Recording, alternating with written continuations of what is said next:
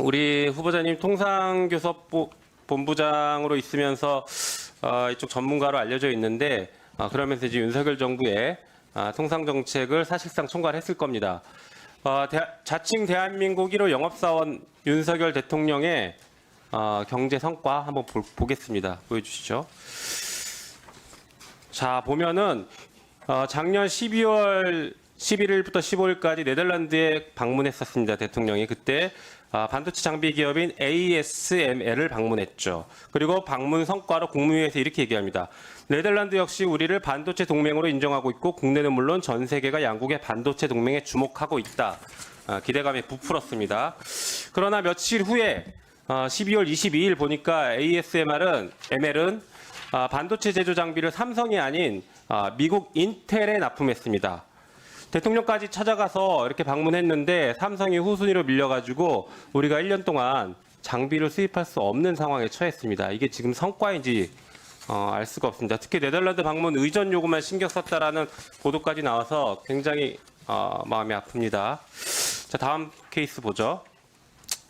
네, 작년 또 10월 26일 날 한국 카타르와 관련해서 사상 최대 규모 LNG선 계약을 했다라고 대통령실이 보도했습니다. 그런데 이게 대통령 성과를 보도했는데 알고 보니까 그게 아니에요. 알고 보니까 이미 9월 달에 KBS 울산 보도에 이미 나왔습니다. 현대중공업이 카타르 에너지와 LNG 운반선 건조한 5조 3천억에 건조하는 합의각서를 체결했다. 이때는 합의각서였지만 그 뒤에 이제 계약으로 바뀐 거 딱 하나 차이인데 이걸 마치 대통령 성과로 부풀려서 국민들에게 보고를 하고 있습니다. 이런 사례가 또 있어요. 자, 또 10월 23일 날 대통령실에서는 사우디에 가서 자프라 가스플랜트 수주 계약을 했다. 쾌거라면서 홍보했습니다. 그런데 보니까 한 달 전인 9월 달에 이미 발표했어요. 현대건설이 추정 금액 24억 달러, 3조 원 규모로 수주했다. 이미 수주한 걸 대통령이 방문해서 마치 수주한 것처럼 계속 이런 식으로 성과만 부풀리고 있습니다. 실무 총괄 책임자시니까 누구보다 잘할 것 같습니다. 다음 사례 또 볼까요? 네, 보니까 또 그때 그 무렵 사우디인데 10월 23일 날 대한민국 정책 브리핑에서 사우디에 연 5만 대 규모 자동차 생산 공장 설립한다. 중동 지역 최초라고 이렇게 보도했습니다. 그런데 보니까 한 달 전인 9월 21일에 이미 현대차는 사우디 전기차 공장 다음 달에 최종 사인한다. 이미 보도했어요. 그러니까 이미 다 하기로 하고 다 결정됐습니다. 그런데 마치 대통령이 방문해서 엄청난 성과를 낸 것 같고 우리 후보자님은 거기서 실무총괄 책임자로서 이 역할을 대통령실에서 이렇게 자화자찬하는 것을 부추겼을 겁니다. 어떻습니까? 여기에 대한 책임이 있습니까? 없습니까? 한번 말씀해 보십시오. 왜 이런 일이 벌어졌는지까지도.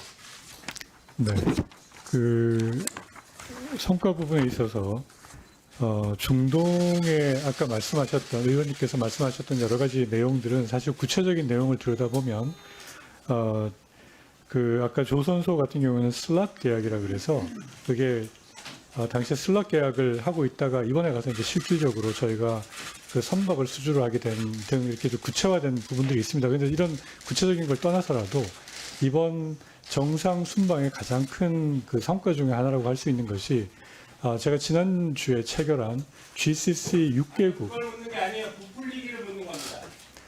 그 성과에 숟가락만 얹고 있잖아요. 지금 성과를. 그럼 제가 아까 말씀드린 것처럼 이 조선소 계약 같은 경우가 슬롯 계약이라 그래서 실제로 그 조선소에 이 수주를 할 수 있는 이 장소를 확보를 하는 계약을 했던 것이고요. 이번에 가서 실제로 구체적인 그 선박 수주 계약이 확정이 된 것들입니다. 이런 것들이 좀 모아진 것들이고 반도체 동맹 같은 경우에도 우리나라에서 지금 가장 중요하게 생각하는 반도체 좀 짧게 줄여주시기 바랍니다. 그 반도체 동맹을 이번에 네덜란드에 가서 같이 반도체 장비에 동맹을 맺고 옴으로 인해서 우리나라 반도체 산업의 성장을 위한 가장 중요한 안정적인 기반을 만들고 왔습니다.